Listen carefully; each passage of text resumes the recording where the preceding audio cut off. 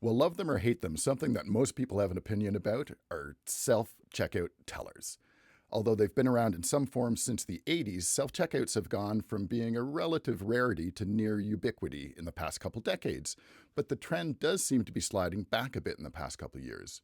Now, the benefits to retailers are pretty obvious, perhaps primarily the fact that you can hire one person to oversee a handful of self-checkout lanes when you would have needed, say, 5 employees to instead run 5 conventional checkouts. And I've seen this pushed to the absolute breaking point at times with just 1 or 2 attendants being responsible for as many as 10 checkouts each, which is ludicrous and such a bad customer experience, basically just an anti-customer move. So there are things that will tick people off about self-checkouts that could be corrected, but the issues with self-checkouts are many, with shortcomings on both the customer and the retailer side. As a customer, I find the frequency with which I need to wait to get a store attendee's intervention to proceed with my purchase to be the biggest fail point, and it seems to happen far too often. There can also be issues with how to scan certain items, how to take advantage of specials, or figure out which codes to enter for things like produce. And there's some major design flaws too for some of these when it comes to being able to load a large amount of groceries, for example, in the proper place after scanning. Uh, some of the bag holder mechanisms don't seem to do a good job at the only thing they're there for, which is to hold bags securely. So again, lots of improvements that could be made.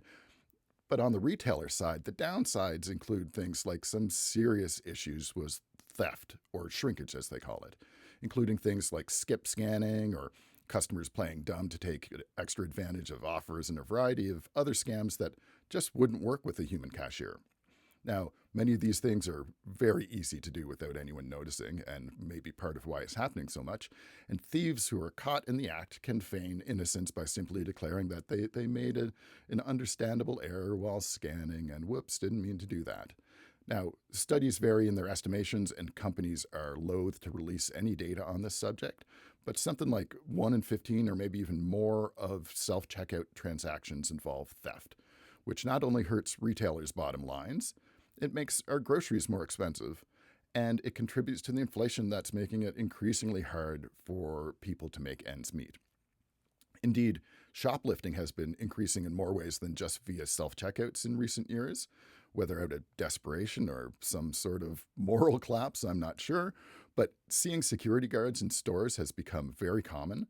And things like that impact the customer experience negatively for most people, especially when combined with actions like checking receipts as you leave, which is basically like being treated as a criminal because the company that you're buying from is trying to make more money by making you do the job of the people they used to hire.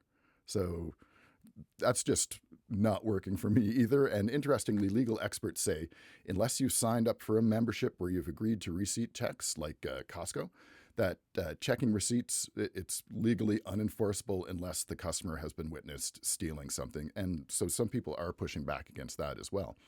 Companies like Walmart, Canadian Tire, and other retailers have been reducing the number of self-checkout machines over the past couple of years, and frankly, I'd like to see the trend continue.